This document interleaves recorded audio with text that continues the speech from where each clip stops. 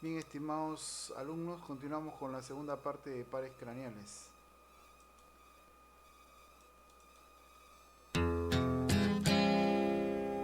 Esta segunda parte vamos a hacer todo lo que es quinto nervio, el séptimo, el octavo, el glosofaringio, el vago, el hipogloso y el See the espinal. curtains hanging in the window in the evening on a Friday night. Little light is shining through the window, lets me know everything's alright. Summer breeze. Entonces aquí tenemos el quinto nervio, ¿no? Quinto nervio. Y bueno, en realidad este de aquí es el nervio trigémino, ¿no? Que lleva la sensibilidad a toda la cara. Esta es la zona del oftálmico. Esta es la zona del maxilar superior y la zona del maxilar inferior.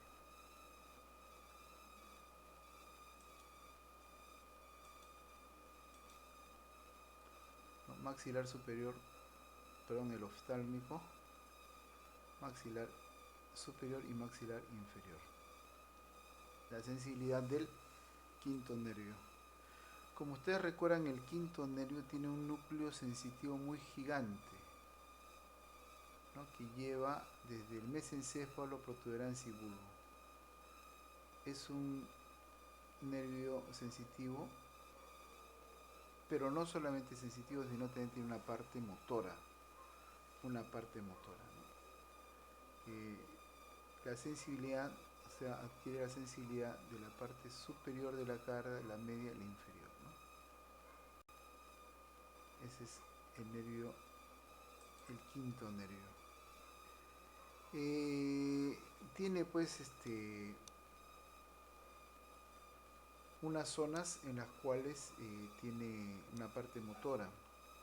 El reflejo corneal, el reflejo corneal ya tiene el músculo, digamos, lleva la sensibilidad de la parte de la córnea. Ahora tiene su componente motor con el músculo del massetero y de los pterigoideos que llevan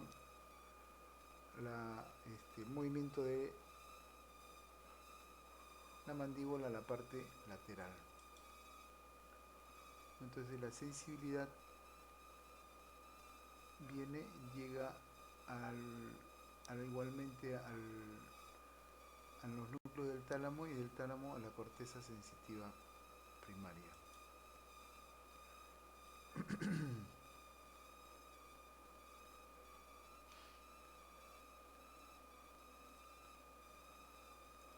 Después tenemos lo que es el séptimo nervio, ya, el nervio facial. El nervio facial es un nervio muy interesante porque es conocido lógicamente como motor, pero no solamente tiene la parte motora, sino tiene también la parte sensorial especial, la sensitiva, ¿no? Entonces, y una parte parasimpática, ¿no? Entonces, está compuesto por 4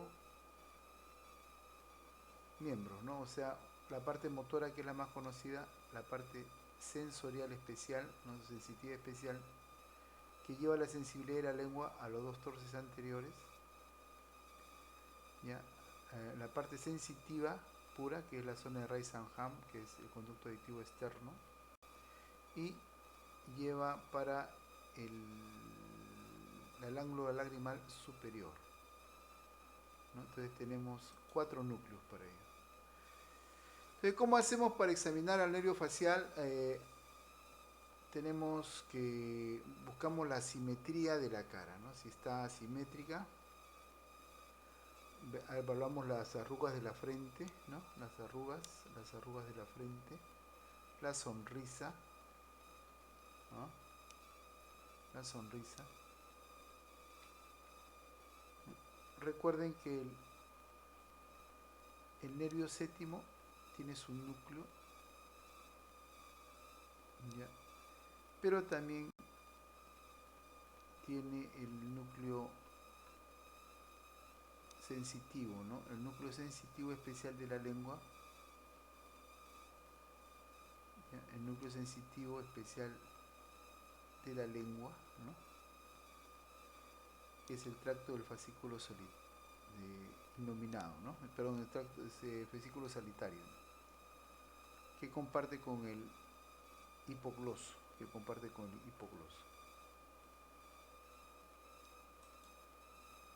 Entonces tenemos el nervio séptimo.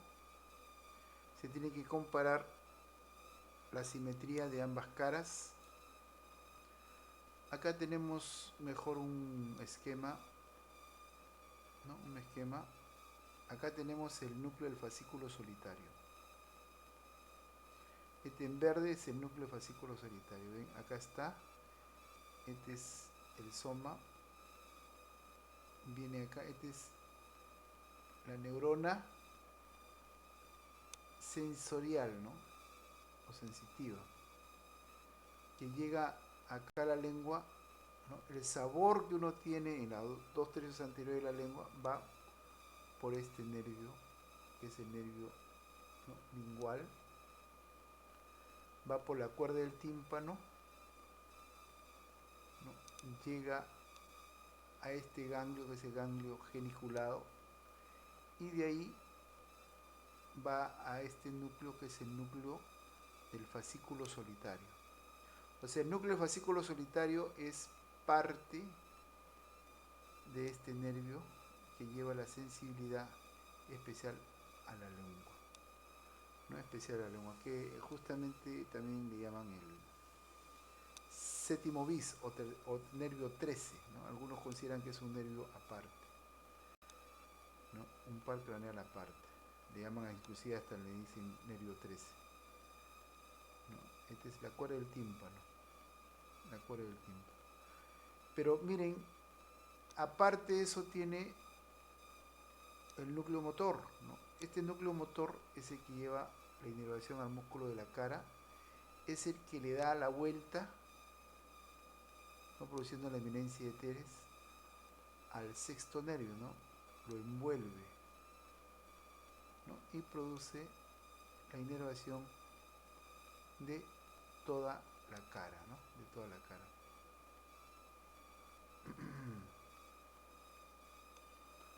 Bueno, este es el núcleo gigantesco del quinto nervio.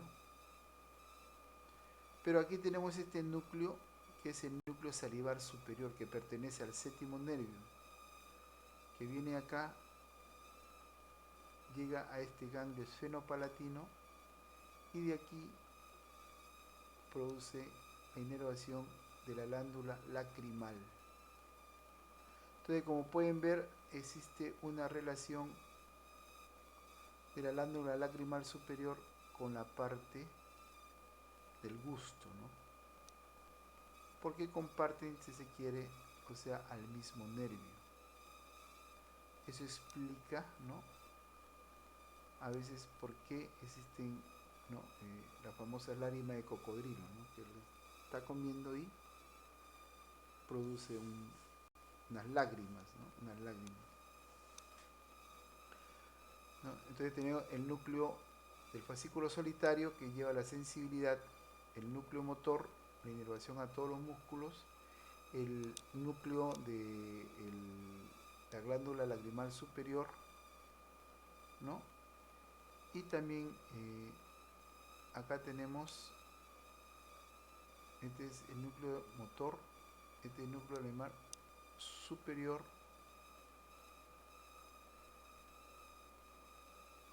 ¿no? Superior, ¿ya?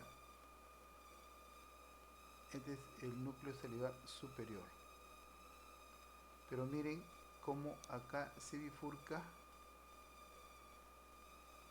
y también lleva inervación a la glándula sublingual, ¿no? Acá se inervación a la glándula sublingual, ¿ya? Y por último, este esta parte sensitiva,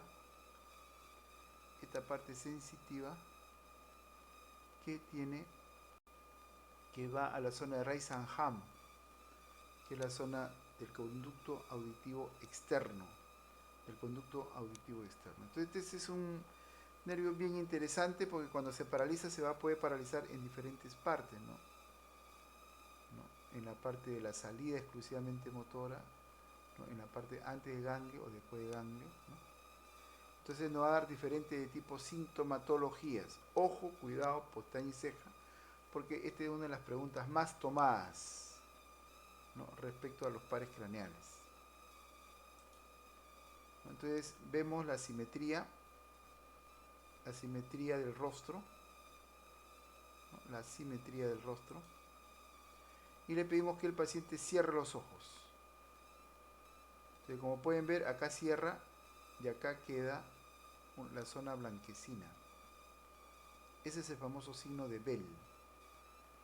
Ese es el signo de Bell.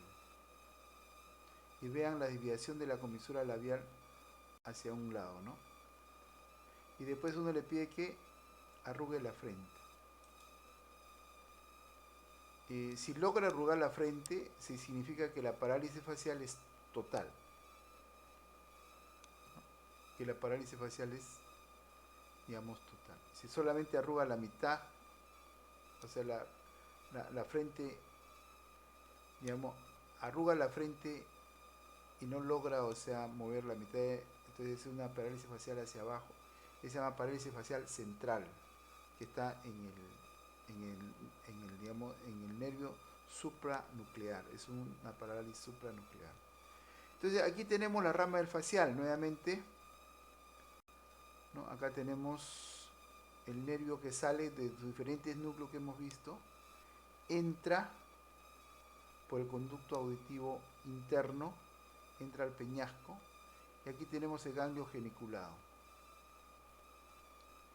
¿No? Ganglio geniculado, y aquí tenemos el ganglio esfenopalatino, que le lleva a la glándula lagrimal. Acá tenemos las ramas motoras, ¿no? Aquí está este es el agujero, por donde sale, ¿no? El estilo mastoideo. Este es el agujero estilomastoideo, por donde está saliendo el nervio que lleva la inervación a toda la cara. Pero miren, antes de eso le da una rama al músculo del martillo, perdón, del estribo. Entonces cuando hay lesión por debajo, acá, no toma este nervio, pero si la lesión está acá, sí toma a este nervio. Entonces aquí hay una disminución de la audición. Por ejemplo, si toma en esta zona, este que es el nervio que lleva la sensibilidad a la lengua, no está tomado, entonces el paciente no va a tener alteración del sabor. Si la lesión está en este nivel, no tiene, el sabor está conservado, porque aquí sigue habiendo el sabor, y también la audición está conservada, y también las lágrimas están conservadas. Si la lesión está acá, o sea, por debajo o en el nervio geniculado, en el ganglio, o por ante el nervio geniculado acá, ¿no? Entonces sí toma la cara, toma el sabor de la lengua y toma también las lágrimas. Entonces acá le toman un estudio para ver si tiene o no tiene lágrimas. Si no tiene lágrimas es porque la lesión está o en el ganglio geniculado o por detrás del ganglio geniculado. Tiene lágrimas, ¿ya? Tiene lágrimas pero no tiene sabor, entonces la lesión está en esta zona. Tiene lágrimas, no escucha bien, pero tiene sabor, está en este punto. Tiene lágrimas, tiene buena audición y tiene sabor, entonces la lesión está en esta zona. Entonces, en esa forma podemos determinar según la clínica dónde está la lesión del nervio facial. ¿Ya? Del nervio facial. Bien, espero. Entonces, puede haber parálisis de los músculos de la cara, puede haber parálisis del músculo del estapedio, ¿no? Lo que hemos hablado, el que va al estribo, y entonces haber una hiperacusia, una alteración de la audición, ¿no? Puede haber una augesia de los 2/3 anteriores, o sea, una disminución del sabor, una disminución de la secreción lagrimal. Por eso todo depende del nivel de la lesión del nervio facial. Ya, una disminución de la secreción salival, una hipoestesia auricular. Ya recuerden que existe una inervación sensitiva de la zona de Reis-Zangham y una alteración de los reflejos trigémenos faciales. Entonces, esos son los signos negativos cuando existe una parálisis facial. Y los signos irritativos positivos son los espasmos, ¿no? El espasmo del paciente, ¿no? Eso cuando existe una reinervación, porque cuando hay parálisis hay un corte, pues después se reinerva y puede haber sincinesias, espasmos o mioquinias después de la parálisis facial. Entonces, ¿qué test utilizamos para hacer el diagnóstico de parálisis facial? Tenemos el test de Schimmer, que es ver con un papelito, ¿no? Que se le pone en la zona del lagrimal para ver si es que moja o no moja, ¿no? Porque recuerden, para ver si es que la lesión está proximal a la salida del nervio petroso superficial mayor en el ganglio geniculado, ¿no? O también llamado en el primer codo del facial. El otro es ver si es que existe el reflejo estapedial o acústico facial, ¿no? Para ver cómo está la audición, ¿no? Cómo está la audición. Este es el test Schimmer, ¿no? Colocar un papelito de filtro y ver si es que moja, si es que hay sequedad del ojo, ¿no? Sequedad del ojo. Entonces esto casi está en la raíz del nervio facial, ¿no? Entonces los test más utilizados en el topo diagnóstico de una parálisis facial son la cialometría, parece que hay saliva, la gustometría, ¿no? Y la exploración de la cuerda del tímpano, que sale por el nervio facial en la tercera porción del nervio cerca del segundo codo. Recuerden ustedes que la cuerda del tímpano, ese nervio de la cuerda del tímpano que está llevando al nervio facial, la parte sensitiva lleva a los 2/3 anteriores de la lengua, ¿no? Ahora, cuando tenemos una parálisis facial, lo clasificamos según la clasificación de Hauser-Bradgman. Hauser-Bradgman, normal, 1, 2, leve, 3, moderado, 4, moderado severo, 5, severo y 6 es una parálisis facial total. Acá tenemos una grado 5, total, ¿no? Con su famoso signo de Bell. Inclusive se le llama parálisis de Bell.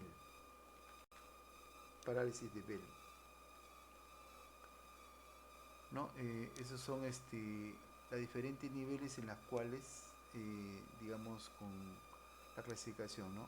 La difusión normal, la difusión leve, difusión moderada a grave, la severa y por último la total, ¿no? La cara es asimétrica. Cuando hay lesión de la parálisis facial a nivel central, o sea, a nivel cerebral, ¿no? Aparte del borramiento del surco nasogeniano, este es el borramiento del surco nasogeniano, se produce cuando hay lesión a nivel supranuclear, o sea, a nivel cortical de la primera neurona, se produce un signo que se llama el signo de la pipa, de fumador de pipa, que el paciente sopla, ¿no? Sopla, como si estuviera fumando una pipa. Esa es lesión cortical. Los signos de parálisis facial tenemos el signo de negro, ¿ya? Que el ojo paralizado, ¿no? El ojo paralizado se sube.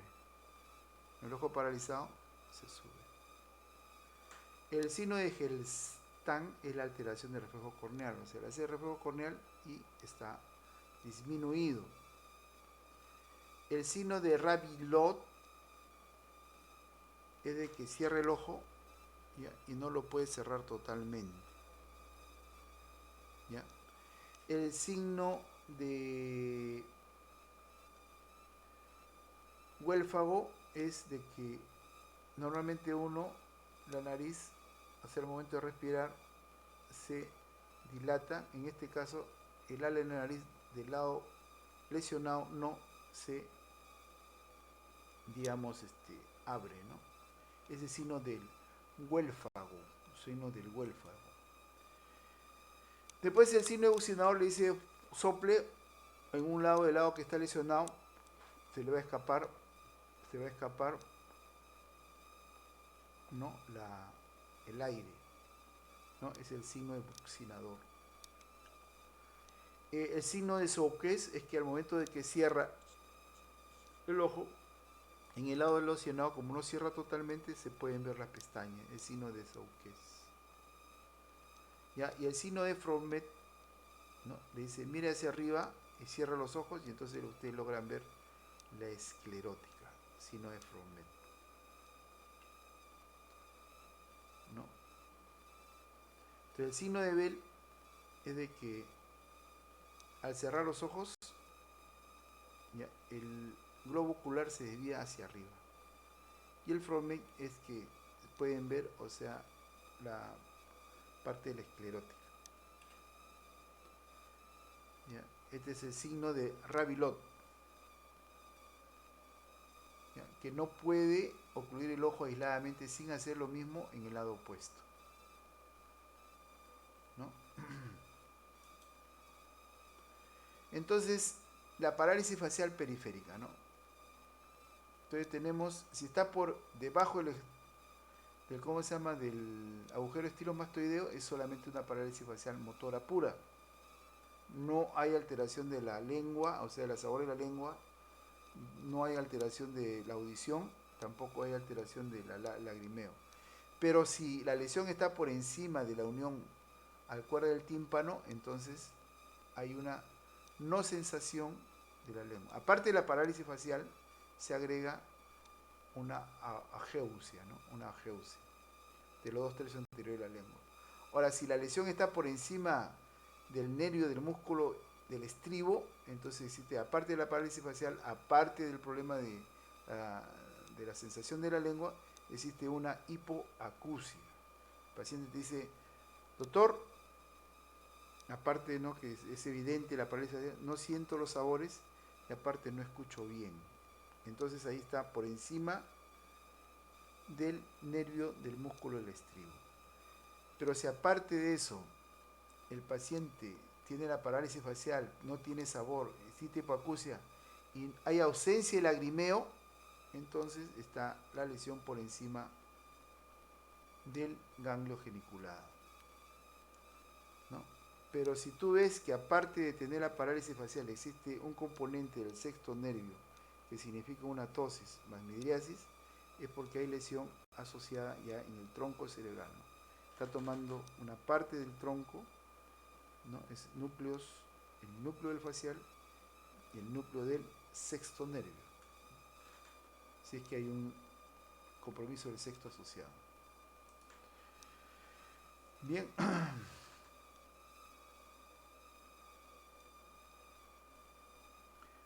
En el caso de que existiera una lesión ¿cómo se llama? Del motor ocular externo, va a presentar una otalgia intensa, desviación de la comisura labial hacia la izquierda, dificultad del cierre ocular derecho y muestra una asimetría de las arrugas frontales,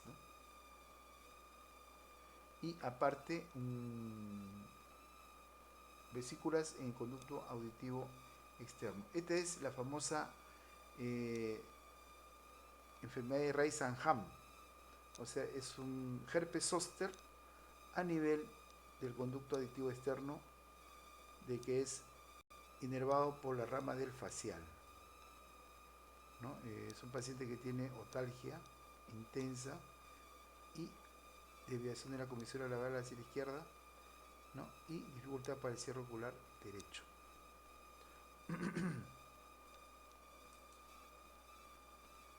Entonces tenemos, en el caso de la enfermedad de Reis-Zangham, otitis media aguda, parálisis facial de origen central, parálisis de Bell, y el síndrome de Reis-Zangham y el síndrome de Meckelson-Rosenthal. El síndrome de Reis-Zangham representa casi el 7% de todas las parálisis faciales periféricas. ¿No? Lo que se ven son vesículas a nivel del conducto auditivo externo y también el pabellón auricular. El síndrome de Meckelson-Rosenthal es una causa rara de parálisis facial recidivante, ya que se asocia con edema hemifacial y lengua geográfica o escrotal. Es una parálisis facial recidivante, ¿ya? Se da por un tumor, neurinomas del octavo o del séptimo, o carcinoma epidermoide de oído medio, o tumores malignos de parótida. Estos son parálisis faciales de tipo recidivante, ¿no? El síndrome de Meckelson-Rosenthal. Tenemos también un tipo de parálisis facial bilateral completa o síndrome de Moebius, ¿no? Es una parálisis facial bilateral. Ahí lo que se tiene que hacer es un tratamiento de tipo quirúrgico, ¿no? Después tenemos un signo famoso que también se da en el facial, que es el signo de Chebostek, ¿no? ¿No? Se golpea, ¿no? Por debajo del arco cigomático y se produce una contracción involuntaria, ¿no? de la musculatura ipsilateral y cierre orbicular de los párpados, ¿no? Ese es el signo de Chebostek. Ese es el signo de Chebostek, que significa una hipocalcemia severa. Pregúntele Nam, ¿no? Eso sí, pregúntele Nam. ¿Qué es el signo de Chebostek? Ahí está, el signo de Chebostek está golpeando en esta zona y se puso una contracción. No tiene el mismo significado del signo de Trousseau, ¿no? Que se aprieta con el manguito de presión a presión y se produce una contractura, ¿no? Una contractura de la mano. Eso nos está indicando esos dos signos. Chebostek, que es de la parte del facial, y el otro de la comprensión, ¿no? Y que produce una contracción de la mano. Ese es el signo de Trousseau, significa hipocalcemia. Después existe un síndrome que es la hemiatrofia facial, el síndrome de Parry-Romberg, que existe una atrofia de los músculos del facial, ¿no? Inervados por el facial. Ese es el signo de Parry-Romberg, ¿no? De Parry-Romberg.